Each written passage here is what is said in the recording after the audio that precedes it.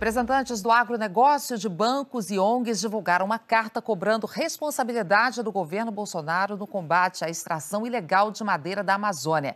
Esse documento veio depois que o presidente tentou empurrar para outros países uma atribuição que é principalmente daqui do governo, né, Juliana?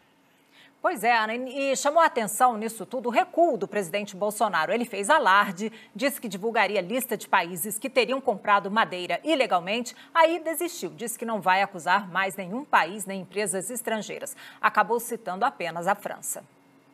A ameaça de que iria divulgar a lista de países foi feita na última terça-feira durante reunião com os países que integram o bloco conhecido como BRICS.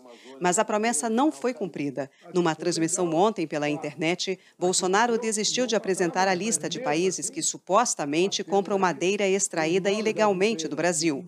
Falou de forma genérica em empresas estrangeiras. A gente não vai acusar o país A, B ou C de estar cometendo um crime, mas empresas desses países, sim. Porque países outros nos criticam, e em algumas oportunidades até com razão, mas em outras não. Bolsonaro acabou citando a França ao ser questionado se empresas francesas compram madeira ilegal do Brasil. E a França também aqui. E a França é um concorrente nosso em commodities. Para a gente avançar no acordo da União Europeia com o Mercosul é exatamente na França. Nós estamos fazendo o possível, mas a França, em defesa própria, né, ela nos atrapalha tocante a isso aí. O presidente voltou a culpar quem compra madeira extraída ilegalmente do Brasil, mas não mencionou as mudanças feitas pelo IBAMA no início do ano, que flexibilizaram as regras de controle e inspeção para exportação. Um grupo que reúne entidades ambientais, empresários do agronegócio e da indústria, afirmou que o governo tem papel crucial para resolver o problema da ilegalidade na extração e venda da madeira. A Coalizão Brasil, Clima, Florestas e Agricultura, que reúne mais de 250 representantes, afirma que o maior obstáculo a um modelo sustentável é a insegurança jurídica causada pela falta de fiscalização e comando e controle pelo Estado. Ambientalistas apontam que madeireiros extraem da floresta amazônica anualmente 12 milhões de metros cúbicos de madeira. Segundo o mapa Biomas, só 20% desse volume tem autorização para manejo. O Imazon, Instituto do Homem e Meio Ambiente da Amazônia, calcula que 80% da madeira extraída ilegalmente no país abastecem o mercado interno e que, se o interesse é combater esse crime, o governo tem que se voltar para o que acontece dentro do Brasil. Se o Brasil detecta algum problema, é a responsabilidade do Brasil resolver esse problema. Os países importadores seguem as regras deles, que são mais rigorosas do que as nossas. Este professor da Universidade Federal do Pará, que estuda o desmatamento na Amazônia, afirma que medidas e discursos do governo Bolsonaro tornaram mais fácil a ação dos criminosos. O discurso de que existia uma indústria da multa, de que existiam abusos da fiscalização ambiental, tudo isso empodera aquele que saqueia a floresta. Se torna tão fácil, tão banal, se dá um verniz de legalidade para a madeira que é saqueada de terra indígena em unidade de conservação. A TV Globo procurou o Palácio do Planalto para checar se o governo vai se manifestar sobre a carta entregue pela coalizão. O Palácio do Planalto disse que a demanda é dos Ministérios do Meio Ambiente e da Agricultura.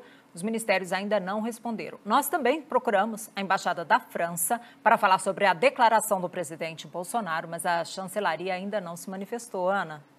Ok, Juliana, mas vamos seguir nesse assunto? Falando agora com o Gerson Camarote lá em Brasília, para saber dele o que motivou esse recuo aí que a gente viu do presidente Bolsonaro. O que você nos conta, Camarote? Bom dia.